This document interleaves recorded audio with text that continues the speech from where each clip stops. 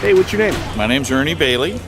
Gorgeous car. Thank you very much. What are we looking at here? It's a 48 Plymouth Special Deluxe two-door sedan. You don't see a lot of them. You see the four doors and coupes and stuff like that.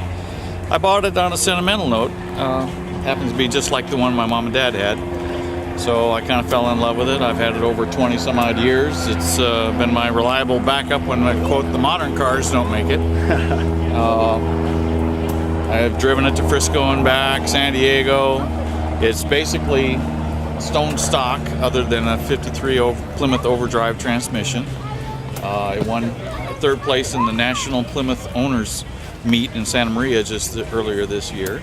So it's been really a good, fun car. Basically bought it for $400 with the seized motor and kind of gradually went through it. But it being all original and everything there, it wasn't so hard. Even found the original dealer delivery ticket under the back seat that gave all the numbers and trim and all that, and that helped me go through and do the correct restoration. So you've had the car for a long time? Oh yeah, a little over 20 some odd years. Fantastic. And what is under the hood? It's just the Flathead 6. I can pop the hood for you if you'd like. We'll get that after this little Q&A. Very, very cool car. Then you say you drive it a lot. I do every weekend, and then when in between the time that I do drive it, it is so nice and quiet. You know, being a sedan, it's a very tight car, and so it just works and runs so nice and quiet. That's why I said we've driven it to nationals and things like that all over. So now you're obviously a Mopar guy, being here at the Fall Fling. What do you love about Mopar? Well, what I love about Mopar is the style. I've noticed through each era the styles are unique, and they still kind of do that even with some of the current cars, is maintain a style identity. And my other car that I'm playing on is with a 55 Dodge, which you don't see very often.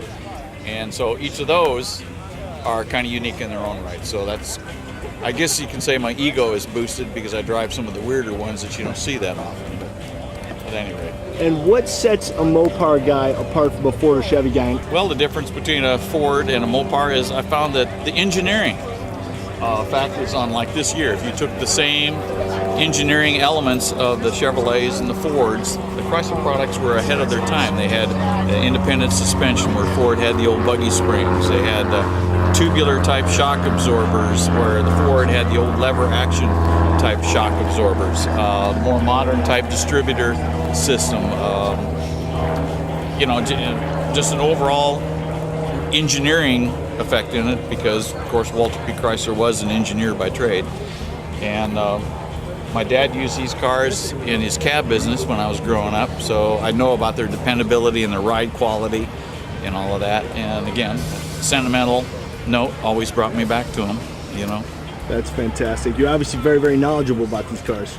Well, after 20 some years of having this thing, I've done a lot of research. I got a lot of literature about it, and I'm always kind of searching for some new little tidbit of information, and it's just fun, you know. So very, very cool. Well, my name's Ernie Bailey, and this is a 48 Plymouth Special Deluxe two-door sedan. Great. You're watching hubgarage.com, where the car people can put everything together. I like it. Beautiful.